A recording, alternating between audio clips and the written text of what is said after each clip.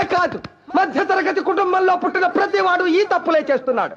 ఎందుకంటే బుర్ర నిండా ఆశలు, ఇంటి నిండా కష్టాలు, పెరిగిన ధరలు, తరగని బాధలు.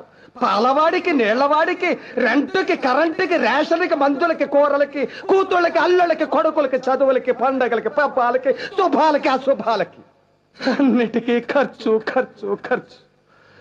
తెల్లవారితే సమస్య, నోరు విప్పితే డబ్బు, అడుగు వేస్తే అప్పు. అన్నిటికీ సాకు 1వ తారీఖు.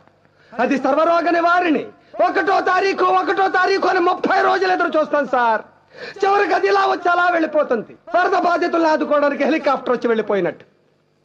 1వ తరగతి వాడికి 2వ తరగతి, 2వ తరగతి వాడికి 3వ తరగతి, ఇలా అన్ని తరగతుల వాళ్ళకి ఎదుగుదల ఉంటుంది. ఒక్క మధ్య తరగతి వాడికి మాత్రం ఎదుగుదల ఉండదు సార్. ఒక్కడు రెక్కలు ముక్కలు చేసుకుని సంపాదిస్తుంటే 10 మంది అడ్డగాడిలా కూర్చుని తినే దౌర్భాగ్య సాంప్రదాయం మారినంత వరకు మా మధ్య తరగతి కుటుంబాల కథ ఇంతే సార్.